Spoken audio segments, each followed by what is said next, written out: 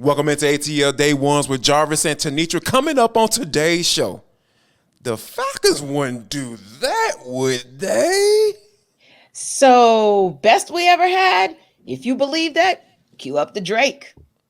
And last but not least, and for the culture, NFL football 7 days a week? I don't know about that one. It's all up next right here on ATL Day Ones. Let's go. This is ATL Day Ones, part of Locked On Sports Atlanta. And it starts now.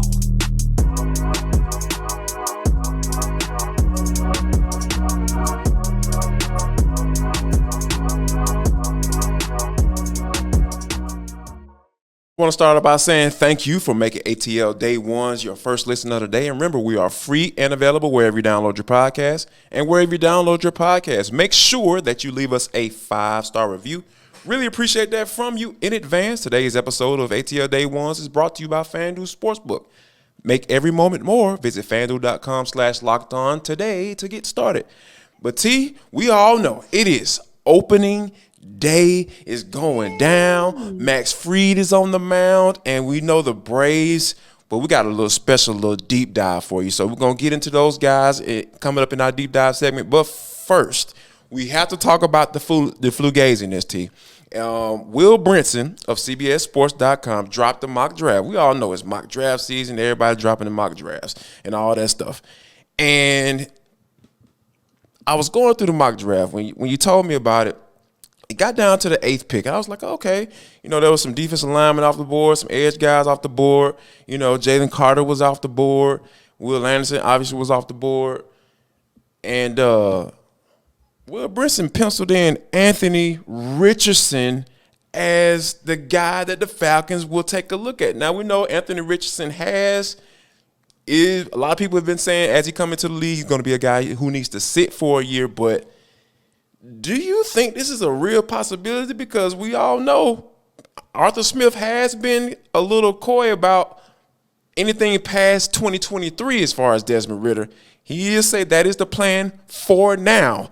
But do you think they would take it this far by drafting Anthony Richardson, T, to just have him come in as a project and let Desmond Ridder do his thing in 2023? For what? I mean, that just doesn't make any sense to me. I mean, because on some level, the backup is a project. Like Taylor Heinicke is still a little bit of a wild card as well. So why would you have two projects? I just don't think that makes sense. And like you said, it's probably a good thing that Will Brinson penciled it in. And I get it. The Falcons have sent people to speak with, evaluate Anthony Richardson, but I believe that's because the Falcons are just good. Their scouting department is just good about its due diligence. I also believe that Fontenot and Arthur Smith are pretty darn good at playing chess, not checkers.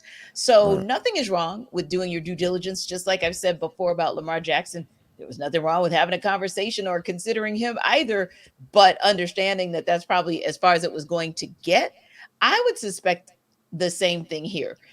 I just don't expect those types of surprises. Everything that Fontenot has done and Arthur Smith has done this offseason has been very calculated and very dedicated to two things. Number one, shoring up the defense, and number two, deepening the defense. So I don't see them going away from that in the first round. Now, maybe they go and get themselves some type of backup or in the 3rd or 4th round who might end up being a diamond in the rough, who could then compete with Desmond Ridder. That's okay if that's what you want to do, but not that 8th pick. I just think it's one where, unfortunately, Jarvis, they absolutely, positively, even with all the moves in offseason, have to get that 8 right. And getting a QB at 8, especially Anthony Richardson, that ain't it. Now, hear me clearly. CJ Stroud is on that board. Bryce Young is on that board. Right around that 5-6 spot. I reserve the right to change my mind. Whoa. Yes. The whole Tenitra mantra going out the window for Bryce Young and CJ Stroud? Yes, come on, T, really? Generational dude. Those are some Okay. You hear Hall of Fame receivers saying that they would want to be, they wouldn't mind them throwing balls to them at right now. Throwing footballs at them today, and they haven't even taken a snap in the league. Yeah, yeah. That would be the only way, Jarvis. But it would still hurt my heart. Right. Of But course. at least I would know that they had the 44th pick. This is a deep D lineman class, and maybe they could move up late in the first round and still get a sneaky good pick if it was a Bryce or a CJ. Wow. Richardson. So no love for Anthony Richardson at 8, and all Not the for the love Falcons. for CJ and Bryce. Yeah. Yes. Concur. and I do think, and I do agree that those guys are much more talented and much more proven than Anthony Richardson, because he is a project in my eyes. And I think that drafting a quarterback like that in the top 10, that's pretty interesting. Now, T, here's another guy that I would agree on bringing in, who wore a Florida Gator uniform, O'Cyrus Torrence. Florida's Pro Day is a day, and that's why Will Brinson probably dropped this mock draft right in preparation for that. Sure. And the reports are that O'Cyrus Torrence had sat down, had a little dinner with the Falcons. Now, O'Cyrus Torrence is not a guy who's projected to go that high in the draft, towards the back end of the first round. So if the Falcons are taking a look at this guy and doing their due diligence like they are doing their due diligence on Anthony Richardson, I do believe that this is a trade back candidate. Now, I got a couple of names in mind that will probably work out for the Falcons if they were to trade back. And I think that, like you said, they're doing their due diligence. They're playing out all scenarios, and I think that you have to, because even in Will Brinson's mock draft, you had Anderson off the board, you had Christian Gonzalez off the board. Had, every option that made sense for the Falcons at 8. Jalen Carter, there off the board. Already off the board. So I think that when you have a scenario like that playing out, and it could potentially play out that way, the Falcons have to be prepared, and I think that's exactly what they're doing. And, having a top 30 visit with Anthony Richardson and sitting down and having dinner with the big man that plays that guard position that we've been talking about, that the Falcons need to fill that spot. They have to. Yes, and I agree with you. That trade back would be the only other option I could see, where if for some reason all those guys are off the board and you're still sitting at 8 and you can get yourself a good deal to move back to 12 or 14, knowing that you could still get a good O lineman and still get a guard. I know, right? Still get that guy. Then you go ahead and do it. But those are the only scenarios that would work if you don't go for a D lineman at 8. But Anthony Richardson is not the scenario that I personally think would work. Absolutely. And T, when you think about making things work, we've been having a lot of conversations about Trae Young and DeJounte Murray and whether or not that will work. One of the things that I thought was very interesting was when Donovan Mitchell and how he praises and lauds the job that Quinn Snyder did with him, and just how he is a coach overall. And he has gone on the record and said that, hey, the Hawks are going places because of Quinn Snyder specifically. Now, I also kept reading, and I came across a quote that I thought was very interesting. And I definitely want to get your thoughts on it, and I'm looking forward to what you have to say about it, because, they were talking to Donovan Mitchell. We know that Donovan Mitchell had an interaction with Trae when there were rumors about Quinn Snyder becoming the head coach of this team, and Donovan basically gave him the stamp of approval then. But after the win against the Cavaliers, after the game at State Farm Arena on Tuesday, T, Donovan Mitchell said that Trae basically said, quote, he was like, man, I love that dude. It's only been a few weeks, so they're loving him here. Donovan Mitchell speaking after the game, he said the fans, the organization, everyone treats him right because he deserves it, and he'll lead these guys far. Yeah. And is this what we need, T? Is this what Trae Young needs? Well, I don't know if I can agree with that piece of it. What I can say is I believe that everything that Donovan Mitchell said is accurate. I believe that the fans are liking it, even though it's probably a slower burn than they wanted. I think they all were thinking, okay, 21-0. Come on, man. So, but I think overall, if the sensible fan is appreciating the little tweaks, the little nuances that Quinn Snyder brings to the table, and everyone else who is covering can kind of see the vision. If you just take a step back, you can see what he's doing.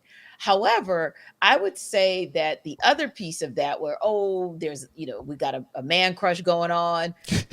Just no. Just no. Like, that's not going to work for me, because there was much love going around when Lloyd Pierce stepped up. And it was Right. like, Yeah. Trae and Yeah. LP True. were good in the beginning for a long time before it soured.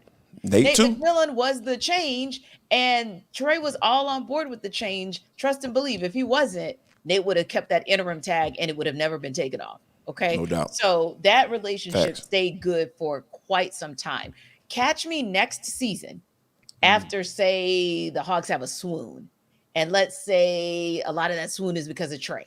And let's say it's because Quinn Snyder wants to implement a system that is just not working for Trae initially. Catch me when you start hitting those true speed bumps.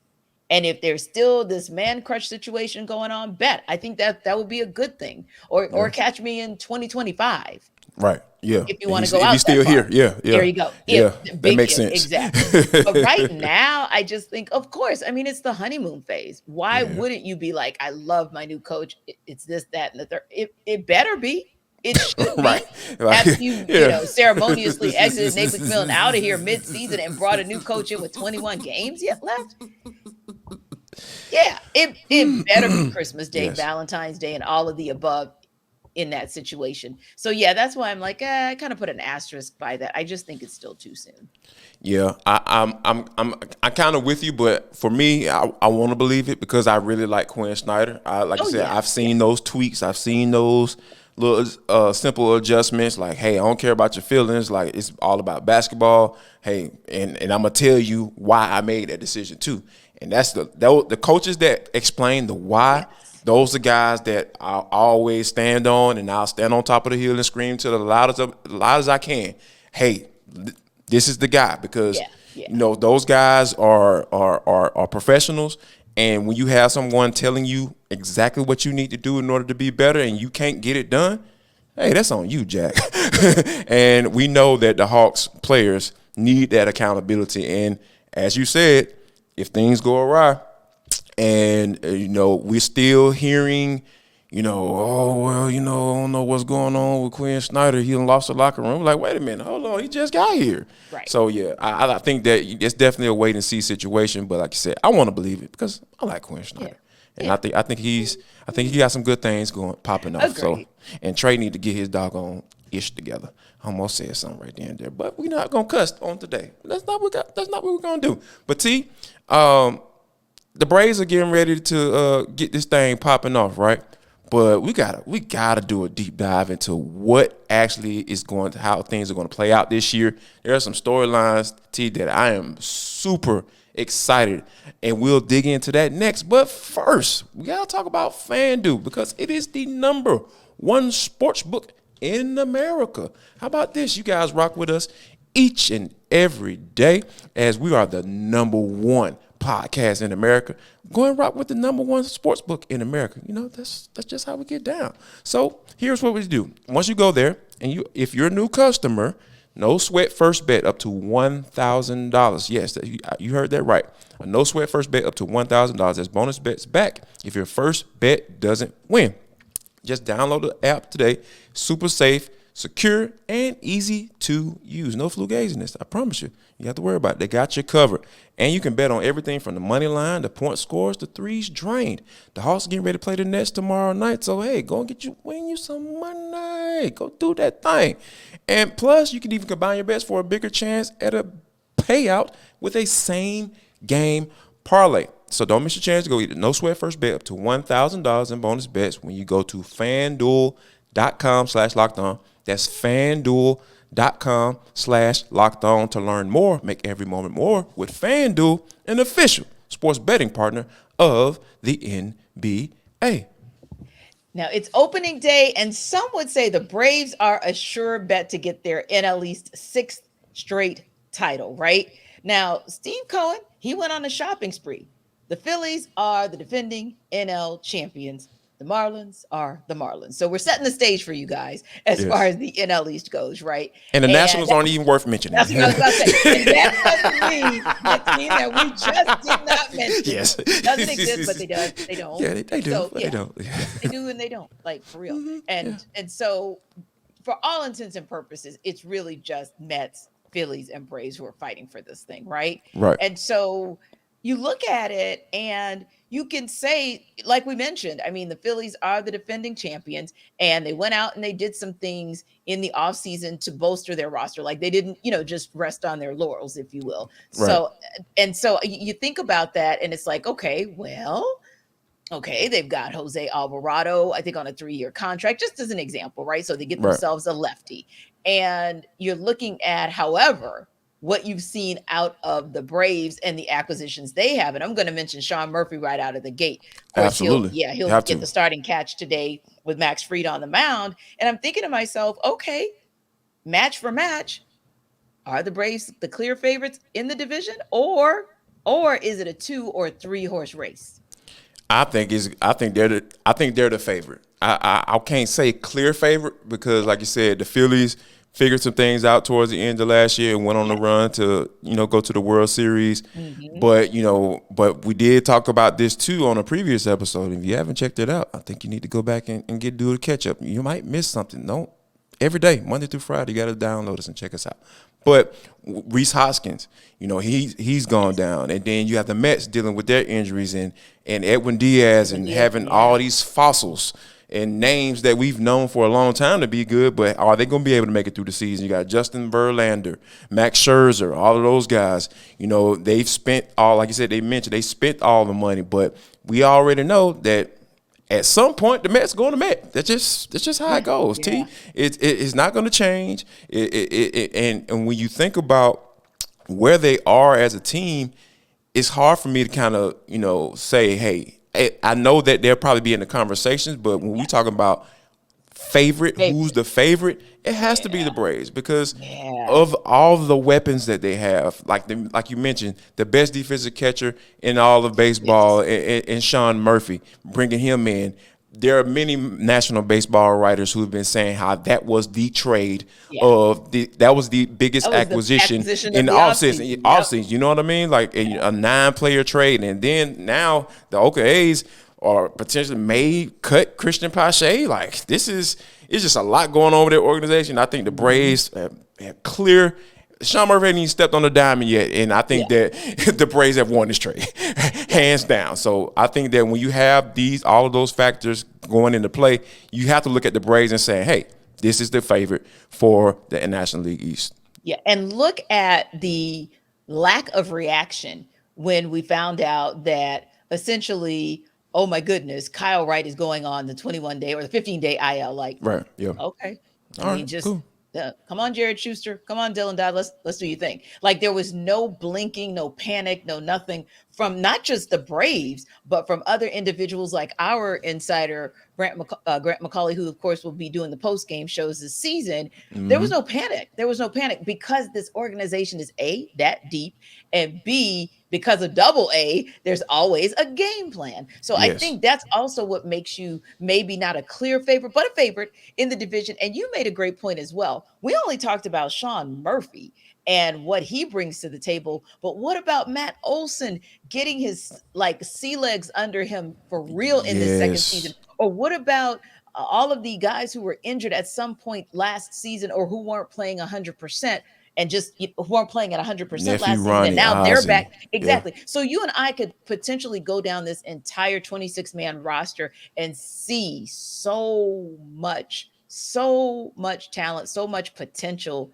It's crazy. And speaking of that, we'll talk about that in a minute. But here's another question that's kind of on the table, which I thought was very interesting. A comment from President and CEO Derek Schiller. So we were, of course, just talking about the Braves and whether or not they're the favorites or clear favorites in the division, meaning the best team in the division. But he actually made a comment recently about this team being the best Braves team ever. And I said, true, false, but to be determined, Jarvis. What is it? Ooh, wow, it's kind of hard to say, right? Because that's what I say. You got to go to the World Series team, right? You go to that 95 team.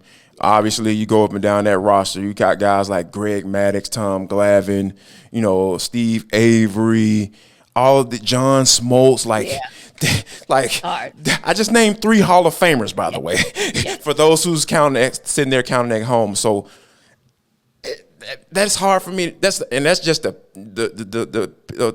pitchers. I haven't even gone into the batting lineup yet. Exactly. So those are some of the things that have to kind of take into place. So just based off of that, I can't I can't say that. And then let's go to the 2021 roster. Yeah. Freddie Freeman is on that roster. Dansby Swanson was on that roster. Freddie Freeman, probably one of the better Braves to ever put on the Braves uniform. You know what I mean? So, yeah, we're talking about Hall of Famers. Like, yes, they have a deep roster. Yes, they got a lot of good talent sold up. Yes, Ronald Acuna, the way he's on the track, if he's able to stay healthy, he might be in the Hall of Fame one day. Yes, that's true. But just looking at today, March 30th, opening day in 2023, yeah, Derek Schiller, I get how you pumping up your guys, but nah, bro, that ain't working. That ain't flying right on this show. Not today.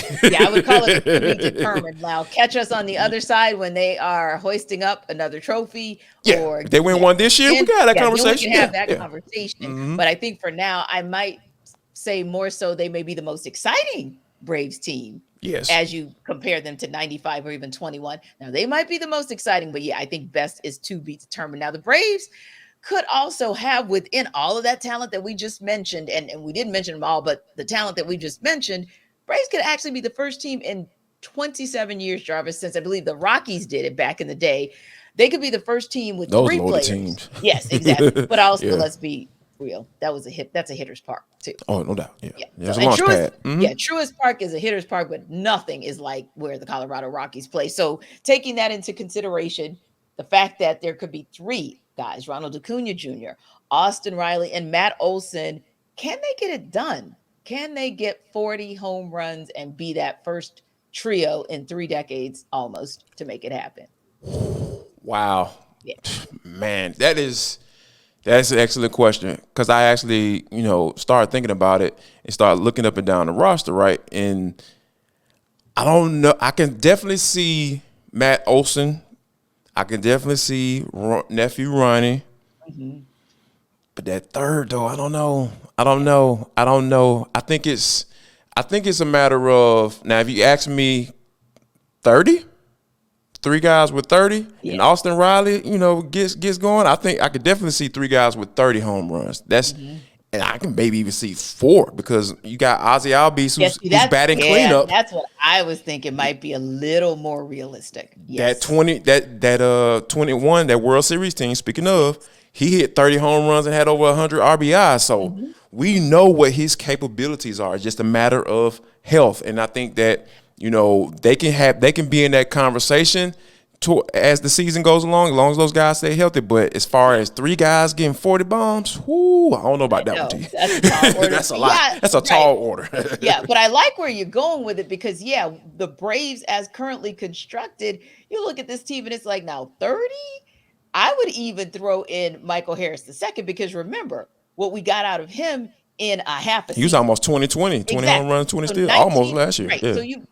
So you have 19 home runs, and that was from May on, right? So if you get him fully healthy, 162 games, I might put a bet on 5 players getting 30 home runs. But I think I had, it could happen. Right there. It could happen. Yeah. But I think what I really put my money on is probably Ronald Acuna Jr. He was so disappointed that he didn't get those 30 steals last year. So I do believe he's on mission to try to get those 40 home runs and 30 steals. I wouldn't be shocked if that happens for him. But if you want to know all about the excitement for opening day, check out Locked On Sports Today, because this is the first time since about 1967 that all 30 teams are out of the gates on opening day. And I think that's so very cool. I am sure Locked On Sports Today is going to give you all the reaction to opening day, even with these early games like the Businessman Special that the Braves are playing up in the district. So check them out, just like you check us out on YouTube or wherever you download your podcasts. Of course, you got to stop by ATL Day Ones first, so you can listen to us give reaction and for the culture. But the next stop, Locked On Sports Today, and check them out in their take of the day. Absolutely. Locked On Sports Atlanta family, listen up. We need your help. We need 6,000 subscribers. And if you are listening or watching this program and you have not subscribed, what are you waiting on? We need you. That's all we need to say. Because, you guys have been rocking with us since day one. Because this is ATL Day Ones. So why not? As Drake say, since my day one. So, we need you to get with the day ones and make sure you become part of the family. Now, T, This is For the Culture. It is the intersection between sports, entertainment, and the culture. Sometimes whatever the hell we want to talk about. Today is no different. How about this, T? The NFL, Mr. Mike Florio, he's a guy who's pretty tapped in. Runs the pro football website for NBC. Pro Football Talk for NBC, and we know how tapped in this guy is. He was on. He said Pat McAfee's podcast, which is very popular, thanks to Aaron Rodgers. He was on there earlier this week and said that it's inevitable that we'll see the league play games every night, T. Probably not Friday and Saturday, but definitely Tuesday and Wednesday. What do you think about that many NFL games going on during the week? Well, I think the interesting part was that his formula for getting there would mean 40 teams. So that's to me that was the kind of the puzzling piece. Yeah, like it seems like the 32 teams and the locations, where they're located, their locales are perfect. Now you do have some cities, like I believe St. Louis. St. Louis would love a team again. Yes, St. Louis would absolutely love a team. And there's always been talk Oakland, that maybe. Yep, possibly, exactly. Yeah. So you've got about 2 or 3, and there's always been talk that San Antonio would love another professional team, whether that's a professional baseball team or a football team. So you probably have about 3 to 5 cities out there who would actually go after it. But I just wonder, as we talk about watering down the product, as we talk about injuries, how will these players have an opportunity to bounce back? Because invariably, there's probably going to be anywhere from a third to a quarter of the teams every week that don't get the good fortune of getting the rest that they deserve and being able to really game plan for that team that next week. I don't know. That just seems like a lot. But on the same token, when we get into those times where we do get NFL football on a Saturday, like our little bonus day after college football is over, it's kind of, or when college football goes on the hiatus between the early bowl games and the 6. Yeah. Then we come to, okay, well, one extra day may not be a bad thing because of what we saw there. But I also think out of respect, and you're as a former football player, out of respect for the bodies and the wear and tear, that's a lot. And you talking about to make it work as well is adding more games, going to an 18th game, you know what I mean? So those are some of the things I'm just like, I don't know if I know that the NFLPA probably might be the weakest union out of all the big 4 sports, but so that will, to me, that what makes me believe that more than likely this won't happen. I can see them adding one more day, but like you talking about 5 days, 6 days, 7 days a week, that's just too much to me. I'm confident in saying it. That's cool. I understand like we want more football and all that stuff, but like I'm the type of dude I was like I want to have something to look forward to, because once you keep hitting me with it and hitting me with it every day, eventually I'll be like, golly, man, I need something to look forward to, and the NFL does that week in and week out. So, and I think the TV ratings don't lie, and the Super Bowl ratings don't lie. So I think they can kind of just hold off on that one. And, like expansion to another team, we can talk about that. But 7 days a week, nah, Roger, I think you need to kind of hold off on that one. But T, before we get out of here, we have to talk about this. Now, you have this LLS event going on. Please tell the folks about what you campaigning for and what you got going on, and let the people know where they can go to kind of support. Yes. So LLS stands for the Leukemia and Lymphoma Society. Started about 60 years ago back in New York City, and it essentially is a society that provides policy advocacy for healthcare, as well as education support and patient support and research, obviously, in the fight against cancer. So it's leukemia, it's lymphoma, it's myeloma, and it is Hodgkin's disease as well. So you think about those 4, and a lot of times people just kind of forget blood cancer. And don't get me wrong, the support is there for breast cancer as well and other forms of cancer. I, being a breast cancer survivor, definitely appreciate that. So if you guys want to join the fight against cancer, you want to join my fundraising campaign, it'll be a 10-week campaign, kicks off tonight. Check out any of my social media. It's easy, at Tenitra Batiste. That's simple. And you're going to see a link there. You click on that link and donate. And listen, when you do click on the link, don't just click on the link by yourself.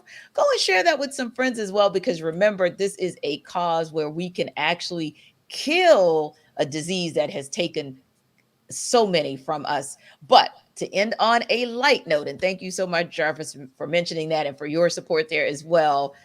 Boy, I tell you, I think nephew Ronnie might have a listen to this show, because dude, in his first at bat, hits a single and has already stolen a base up in the district.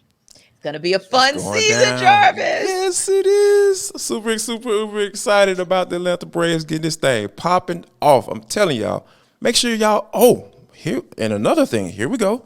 How about this? Tomorrow, we're joining forces.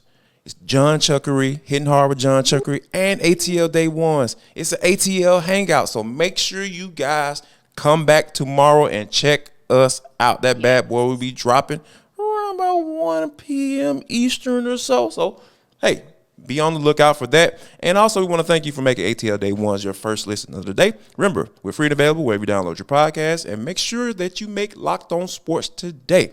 You can find it wherever you find this podcast as your second listen. People, before we get out of here, I have to say this. Happy opening day. And also, make sure that you guys share love, show love, and most importantly, spread love while you're at the ballpark. Yes.